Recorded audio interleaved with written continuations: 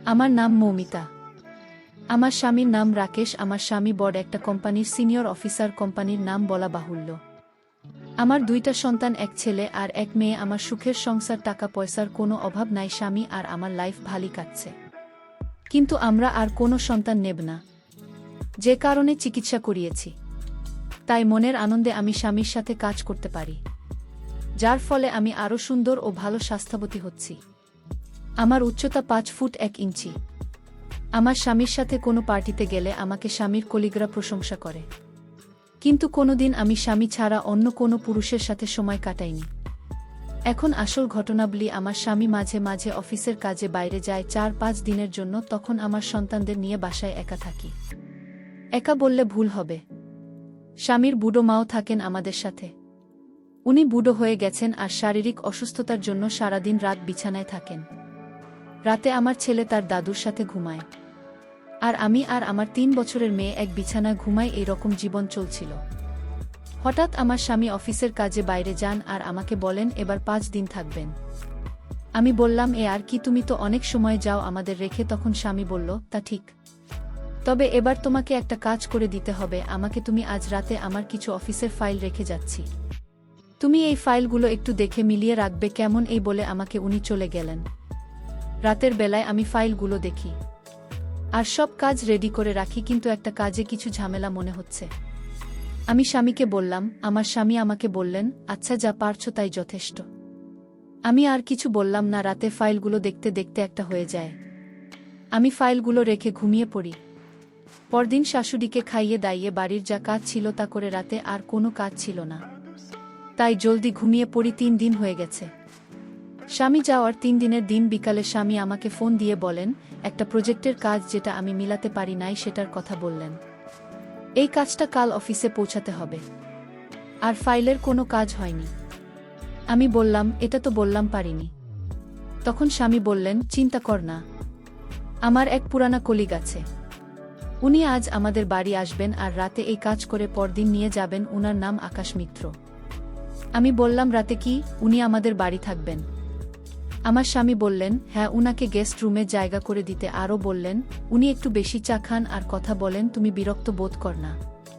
পরদিন ফাইল না গেলে আমার চাকরি নিয়ে টানাটানি হয়ে যেতে পারে। আমি বললাম, আচ্ছা তুমি ওনাকে কি বলে ডাক? তখন আমার স্বামী বলল, কাকা বলে ডাকি। তুমিও কাকা, দেখ উনি খুশি হবেন। আর শোন, উনি শুধু আমার কথার উপরে অনেক দূর থেকে আসছেন। আগে তুমি আমাদের অফিসে কাজ করতেন আর এই রকম কাজ বেশি বোঝেন, তাই আমি বলাতে রাজি হয়েছেন। আর আমি ওনাকে বিশ্বাস করি, অনেক শান্ত ও ভালো একজন লোক। আমি বলি, আচ্ছা উনি কখন আসবেন? উনি সন্ধ্যার দিকে আসবেন। আমি বললাম, আচ্ছা ঠিক আছে। এই বলে স্বামী ফোন রেখে দিলেন। আমিও এ নিয়ে মাথা ঘামাইনি।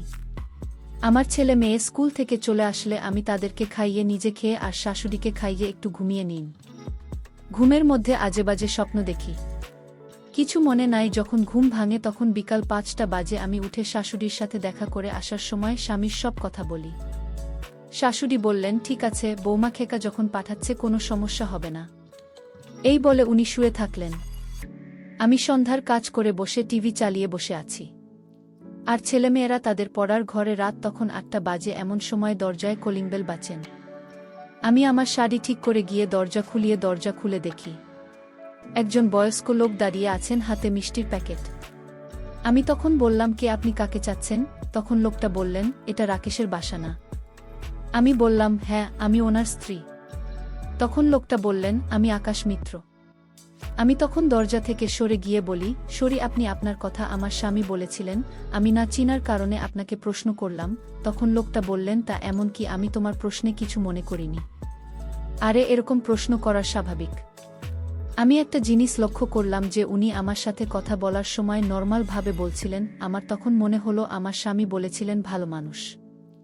অন্য কেউ হলে আমার দিকে তাকিয়ে কথা বলতো, যাক ভালো লোক। এরই মধ্যে উনাকে আমাদের ড্রয়িং রুমে নিয়ে আসি। উনি আমার পিছন পিছন আসছেন। আমি ওনাকে বললাম, আমার স্বামী বলেছেন আপনাকে কাকু বলে ডাকতে। উনি বললেন, হ্যাঁ, রাকেশ আমাকে কাকুই ডাকে, আপনিও দেখবেন কাকু, কোনো সমস্যা নেই আমার। আমি বললাম, আপনি বসেন। আর হ্যাঁ, আমি আপনার অনেক ছোট, আমাকে নাম ধরে ডাকবেন। উনি হেসে বললেন, আচ্ছা, আমি ওনার জন্য কফি আর কিছু নারিকেলে নাড়ু নিয়ে আসি। উনি বললেন, আরে এসব কেন? আমি খেতে আসিনি, আমি তোমার স্বামীকে হেল্প করার জন্য আসছি। আর আমার এত খাওয়ানো লাগবে না। আর হ্যাঁ, তোমার নাম বললে না, আপনাকে কি নামে ডাকব? আমি সরি বলে ওনাকে বলি, আমার নাম মৌমিতা, আপনি মমি ডাকবেন। বেশ কিছুক্ষণ গল্প করার পর আমি রাতের খাবার রেডি করি। এরই মধ্যে রাত 10টা হয়ে যায় আর আমার ছেলেমেয়েরা রুমে ওনাকে পেয়ে ওনার সাথে গল্প করতে শুরু করে। আমি একবার এসে তাদেরকে বললাম, আর ডিস্টার্ব কর না, এখন খেয়ে ঘুমাতে চলো। তখন রাতের খাবার খেয়ে আমি ঘর থেকে বের হয়ে আমার ঘরে এসে একটা নাইটি বের করে মনে পড়ে আমার তো কোনো গাঁট কাপড়ে নাইটি নাই, সব হালকা। আমি নাইটি পরলে একটু সমস্যা হতে পারে না, নাইটি পরে ওনার সামনে যাব না যদি উনি কিছু মনে করেন, তাই আমি আর নাইটে পরিনি। শাড়ি পরেই থাকি আর ফ্রেশ হওয়ার জন্য বাথরুমে ঢুকি। তখন মনে পড়ে স্বামীর সাথে তো যোগাযোগ করিনি, তাই আমি তাড়াতাড়ি ফ্রেশ হয়ে এসে আমার স্বামীকে ফোন দেই। তখন ওনার সাথে যা কথা হয় তা সব বলি। আর এও বলি উনি আসলে ভালো মানুষ। আমার স্বামী বলেন, বললাম না দেখবে তোমার ভালো লাগবে ওনার সাথে কথা বলতে। আমি বললাম, উনি আমাকে উনার সাথে রাত জেগে ওনাকে সঙ্গ দেওয়ার কথা বলেছে। তখন স্বামী বললেন, ভালো, তুমি শিখে নিতে পারবে, পরে আর কারো সাহায্য লাগবে না। আরও আমাদের কিছু কথা বলে ফোন রেখে দেই। ফোন রাখার পরে আমি ভাবি একজন ভিন্ন জাতের লোক আমাদের বাড়িতে আমাদের কাজ করার জন্য এসেছে, আর আমি সেই লোকের সাথে রাতে থাকব। রাতের কথা মনে হতেই আমার কেমন যেন অস্বস্তি হতে লাগল। আর হ্যাঁ, উনার বয়স সম্ভবত 49-50 হবে, তবে দেখে বোঝা যায় না এরকম বয়স। এরই মধ্যে রাত 12টা বেজে যায়। তাই আমি আর দেরি না করে ওনার রুমে যাই। যাওয়ার আগে শাশুড়ির রুমে গিয়ে দেখি উনি ঘুমাচ্ছেন। রাতে উনি ঘুমালে আর কোনো খবর নাই, তাই তেমন কিছু ভাবিনি। আর ভাবার কোনো কারণ নেই, আমি তো আর ওনার রুম এ খারাপ কোনো উদ্দেশ্য নিয়ে যাচ্ছি না।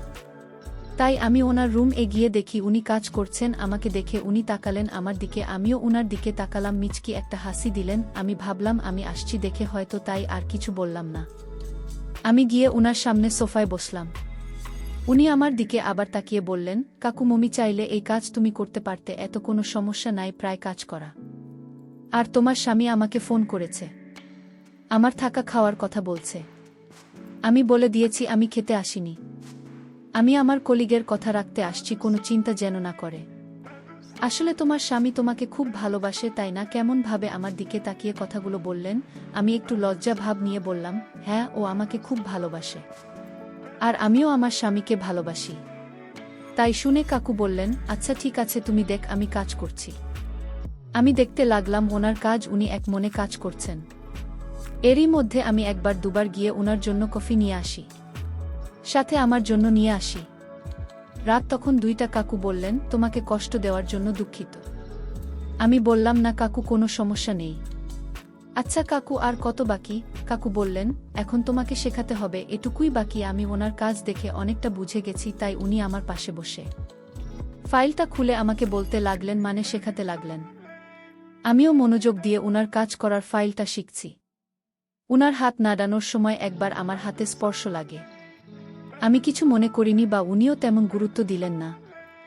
জানি না উনি ইচ্ছা করে করলেন নাকি অনিচ্ছায় লাগলো। আমাকে কাজ দেখাচ্ছেন আর আমার সাথে অনেক ধরনের আলাপ করছেন। এমনকি আমাদের সংসারের কয়েকজন সদস্য আমরা কোথাও ঘুরতে যাই কিনা।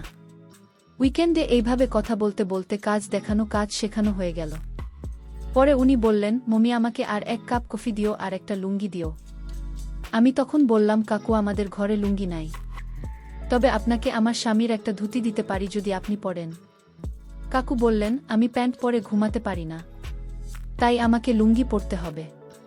কিন্তু আমি যে কখনো ধুতি পরিনি। আচ্ছা নিয়ে আস দেখি। এই বলে আমি গিয়ে আগে ওনাকে ধুতি দিয়ে কফি বানাতে যাই। কফি নিয়ে এসে দেখি কোনো মতে একটা গিট দিয়ে পড়ে আছেন। ধুতিটা আমি দেখে হাসতে থাকি। কাকু বললেন, হাস কেন, ধুতি পরা হয়নি? আমি বললাম, না কাকু, আপনি পরতে পারছেন না। কাকু বললেন, কি করব বল? আমি বললাম, আমি আপনাকে পরিয়ে দেব, আপনি আসেন। আমি দাঁড়িয়ে আছি। উনি ধুতি তুলে আমাকে বললেন পরিয়ে দিতে। আমি কি করব কিছু বুঝতে পারছি না। এই সময় কিছু আপত্তিকর ঘটনাও ঘটে। বন্ধুরা, ইউটিউবে এর কড়া নিয়মের কারণে এসব ঘটনা সরাসরি বলা যাচ্ছে না। তোমরা কমেন্টে দেওয়া লিঙ্ক থেকে আমার ওয়েবসাইট ভিজিট করো, সেখানে একদম খোলামেলা গল্প দেওয়া আছে। আমি কোনো মতে কাপা হাতে কফির কাপ দিয়ে চলে আসব। এমন সময় কাকু বললেন, আরে মমি বসে আমার সাথে কফি খেয়ে কাপটা নিয়ে যাও। আমি কি আর করব, অজ্ঞতা বসতে হলো উনার পাশে বসে। আমি কফি খাচ্ছি, কিন্তু কেন জানি বারবার অদ্ভুত চিন্তা মাথায় ঘুরুচ্ছিল। কফি খেতে খেতে বললাম, কাকু আপনি একটু ফ্রেশ হয়ে আসেন। এ সময় কাকু বললেন, ও সরি মমি, জানি না আজ কেন এমন হলো। আর এদিকে আমি অস্বস্তিতে পড়ে গেলাম। আমি বললাম, কাকু যা হওয়ার হয়েছে, আর না, আর দয়া করে আপনি আমার সম্মান রক্ষার জন্য কাউকে বলবেন না। এই বলে আমি কাকুর মোবাইলে তাকিয়ে দেখি রাত ৩:৩০ বাজে। কাকু ৩টা থেকে কাজ শুরু করেছেন, মানে ৫০ মিনিট ধরে কাজ করেছেন। আমি বললাম, কাকু এখন ছাড়েন, আমি যাই। আর আপনি কাল কখন অফিসে যাবেন? কাকু বললেন, এই ১২টা বা ১টার দিকে যাব। আমি বললাম, ঠিক আছে, আপনি ফ্রেশ হয়ে ঘুমান, আমিও জয়ী। এই বলে আমি আমার রুমে চলে আসি। সকাল ১০টার দিকে ঘুম ভাঙলে আমি তাড়াহুড়ায় উঠে বাথরুমে গিয়ে হাতে মুখে পানি দিয়ে বের হয়ে দেখি শাশুড়ির রুমে কাকু বসে গল্প করছেন। আমি তাদের দেখে কাছে যাই, আর কাকু বলেন, মমি উঠেছ মাঝি, আপনার বৌমা খুব ভালো রাতে আমার সাথে থেকে আমাকে কাজে সাহায্য করেছে, তাই একটু ঘুমালো বেশি করে। শাশুড়ি বললেন, হ্যাঁ আমার বৌমা ভালো, আর এই মেয়েটাকে এত করে আমি বলি আমাদের কি অভাব আছে, দাম এটা আমার কথা শুনেই না বলে সেও তার স্বামীর মতো স্বামীর কাজে সাহায্য করবে। আমি আর বাধা দিইনি, তাই তো রাতে আপনার কাজে সাহায্য করল। আর যদি শিখে থাকে তাহলে কাজে লাগাবে। আমি বললাম, কাকুর মতো ভালো মানুষ আমি আজ অবধি দেখিনি। উনি হাসি খুশি থাকেন আর মজার মজার কথা বলে কি করে যে সময় পার হয়েছে বুঝিনি। আচ্ছা মা, আপনারা গল্প করেন, আমি আপনাদের জন্য কফি নিয়ে আসি। আর মা, তোমার আদরের নাতি নাতনিরা কোথায়? শাশুড়ি মা বললেন, তুমি ঘুমাচ্ছিলে বলে, আর তারা তোমায় ডাকেনি। তোমার মেয়ে কফি বানিয়ে দিয়ে আমাদের খাইয়ে স্কুলে চলে গেছে। কি কফি বানাতে পারে, যাক ভালোই হয়েছে। কাকু আমার দিকে তাকিয়ে একটু নিচকি হাসলেন, আমিও হাসলাম। বললাম, আচ্ছা ঠিক আছে, আবার নিয়ে আসি। এই বলে আমি কফি বানাতে যাই, কফি নিয়ে আসি। কফি খেয়ে আমি বান্না করতে থাকি। তখন রান্না কি করব, শুধু রাতের কথা বারবার মনে হচ্ছে। আমি কি করলাম মনে মনে হাসি, আর এরই মধ্যে রান্না হয়ে গেল। খাবার ডাইনিং টেবিলে রেখে আমি কাকুর রুমে কাকুকে ডাকতে গিয়ে দেখি কাকু স্নান করার জন্য রেডি হচ্ছেন। আমি যেতে বললেন, মমি কিছু বলবে? আমি বললাম, আমি আপনার খাবার রেডি করে টেবিলে নিয়ে আসছি, জানি না যে আপনি এখন স্নান করবেন। কাকু বললেন, পরে খাবো ভাত, আর রাতে যে খাবার খেয়েছি তাতে আমার পেট ভরে আছে বলে হাসতে থাকেন। আমিও মুচকি হাসি দিয়ে বললাম, কাকু কি যে বলেন না, আপনি ভাত না খেলে রাতে যে পরিমাণ গুড়ের রস আমাকে খাইয়েছেন তাতে শরীর খারাপ হবে। কাকু বললেন, না আমার কিছু হবে না। ওই আচ্ছা, তুমি স্নান করেছ? আমি বললাম, হ্যাঁ রাতে আমি স্নান করে নিয়েছি। তখন কাকু বললেন, আরে রাতে কি এমন স্নান করলে মমি আমার আরেকটা কথা রাখবে? আমি বললাম, কাকু আর হেজালি করবেন না, সরাসরি বলে ফেলুন, আমি আপনার সব কথা শুনতে রাজি। আমি আপনাকে যা বলবেন তাই করব। কাকু বললেন, মমি আমার বাথরুমে চলো, একটা নলে পানি আটকে আছে, বের হচ্ছে না, অনেক শক্ত হয়ে আছে। আমি বললাম, কাকু এখন দিনের বেলা ট্যাপ ঠিক করা মনে হয় ঠিক হবে না, শাশুড়ি মা ঘরে আছে, শব্দে তার ঘুম ভেঙে যাবে। কাকু বললেন, আরে তোমার শাশুড়িকে আমি ওষুধ খাইয়েছি, আমাকে বলেছিলেন ওষুধ দিতে, তাই ওষুধ দিতে দেখলাম ঘুমের ওষুধ আছে, আমি তাকে একটা দিই। আর এতক্ষণে হয়তো ঘুমিয়ে গেছেন। একটু পর দুজনে বাথরুমের ট্যাপ ঠিক করতে ঢুকে পড়ি। ঘণ্টাখানেক পর ট্যাপ ঠিক করতে করতে অবশেষে জল আসতে শুরু করে। মনে হলো অনেকক্ষণ ধরে যুদ্ধ করেছি, অনেক ক্লান্ত লাগছিল। আমি বললাম, কাকু চলেন খাবার খেয়ে নিই। আমি আমার রুমে গিয়ে ফ্রেশ হয়ে নিলাম। এরপর খাবার টেবিলে গিয়ে দেখি কাকু বসে আছেন। সরি কাকু, দেরি হয়ে গেল, শুরু করেন। এই বলে কাকুকে খাবার বেড়ে দিই। আমার জন্য বেড়ে খাওয়া শুরু করি। কাকু কিছু বলছেন না, খাওয়ার দিকে মনোযোগ দিয়ে খাচ্ছেন। আমি বললাম, কাকু খাবার কি ভালো হয়নি? কাকু বললেন, না তা কেন হবে, কত সুস্বাদু খাবার, এরকম খাবার আমি জীবনেও খাইনি। আমাদের খাওয়া শেষ হলে কাকু বলেন, আর দেরি করা যাবে না। আমি গেলাম ফাইল নিয়ে, আর রাকেশের সাথে ফোনে কথা বলতে হবে বলে রাকেশকে ফোন দিলেন। আমি মুচকি মুচকি হাসি। তখন কাকু বললেন, এখন আমি অফিসে যাচ্ছি বলে ফোন রেখে দেন। কাকু চলে গেলে আমি ফোন দিই স্বামীকে। রাকেশ আমার ফোন ধরে বলে, কাকু আজ থাকবে? আর হ্যাঁ, তুমি নাকি বলছো ভালো লোক কাকু, আমি বিকালে আসব। আর শোনো কাকু, যেন কোনো কিছুতে কমতি না হয়। আমি বললাম, কাকুর কিছু হবে না, কাকুকে আমি চোখে চোখে রাখছি। আর কাকুর মতো ভালো লোক তোমার আর ফ্রেন্ড ও নাই, যে কটা আছে সবাই আমাকে দেখলে আমার দিকে তাকিয়ে থাকে। আর কাকু কত ভাল, রাতে কাকুর সাথে কাজ করলাম, কথা বললাম, আজ খাওয়ালাম। কাকু আমার দিকে তাকলেনি না, কোনো প্রয়োজন ছাড়া আমার দিকে তাকায়নি এখন পর্যন্ত। রাকেশ বলল, আরে ওনার মতো মানুষ হয় না। তাই তো, আচ্ছা রাখছি, কাজে আছি। পরে কথা হবে। আমি ঘরের কাজ করতে লাগলাম। দেখতে দেখতে রাত হয়ে এল। তখন 10টা বাজে। শাশুড়ির ঘরে একবার গিয়ে আমি দেখলাম তিনি ঘুমাচ্ছেন। তবু আমি ডেকে তুলে বললাম, মা, আপনার ওষুধ খেয়েছেন? তখন বললেন, হ্যাঁ খেয়েছি, আর খুব ঘুম পাচ্ছে, আমি ঘুমাব। আমি বললাম, কাকু আসলে ওনাকে খাইয়ে আমিও ঘুমাবো। এরই মধ্যে কলিং বেল বাজলে আমি উঠে গিয়ে দরজা খুলে দিই। খুলে দেখি কাকু। আমি রাগের ভাব করে বললাম, এত রাত পর্যন্ত কোথায় ছিলেন? উনি হয়তো আমার রাগ করা ধরে ফেলেছেন, তাই আমাকে বললেন, মমি, আমার পুরানো এক বন্ধুর সাথে দেখা হলো, তাই সে আমাকে তার বাসায় নিয়ে গিয়েছিল, আর আমি সেখানে খেয়ে এসেছি। আমার উপর রাগ কর না। আমি বললাম, আচ্ছা আচ্ছা, আর বলতে হবে না, খেয়ে আসবেন। আমাকে আগে বলতে পারতেন, আমি আপনার জন্য কত খাবার রেডি করেছি। এসব খাবার ফ্রিজে রেখে দাও, আজ অন্য খাবার খাব। আমি বললাম, কাকু আপনি রুমে যান, আমি কিছু খেয়ে আপনার জন্য কফি নিয়ে আসছি। কাকু নিজের রুমে গেলেন আর বললেন, বেশি দেরি করবে না, রাত প্রায় 11:30 বাজে, আজ অনেক কাজ করব। আমি মুচকি হাসি দিয়ে চলে গেলাম। গিয়ে তাড়াতাড়ি কিছু খেয়ে কফি বানাতে শুরু করি। কফি বানিয়ে আমি আমার রুমে গিয়ে একটা হালকা নাইটি পরে কফি নিয়ে কাকুর রুমে গেলাম। কাকু আমাকে বললেন, আরে আজ তোমাকে ভীষণ সুন্দর লাগছে। আমি বললাম, ভালো হয়নি। কাকু বললেন, ভালো মানে সব ভালো লাগছে। এরপর আমরা কাজ করতে শুরু করি। এত কাজ শেষ হচ্ছিল না। পরে আমি ভোর 5টার দিকে আমার রুমে আসি। অনেক ক্লান্ত লাগছিল, তাই স্নান করে একটু বিশ্রাম। আমার স্বামী না আসা অবধি কাকুর রাত দিন সময় পেলেই আমার সাথে অনেক কাজ করেছেন। বন্ধুরা, ইউটিউবের গল্পগুলো শুনে মজা না পেলে আমার ওয়েবসাইটে দেওয়া গল্পগুলো শুনতে পারো। সেখানে প্রতিদিন খোলামেলা গল্প আপলোড করা হয়। কমেন্টে ওয়েবসাইটে লিংক দেওয়া আছে।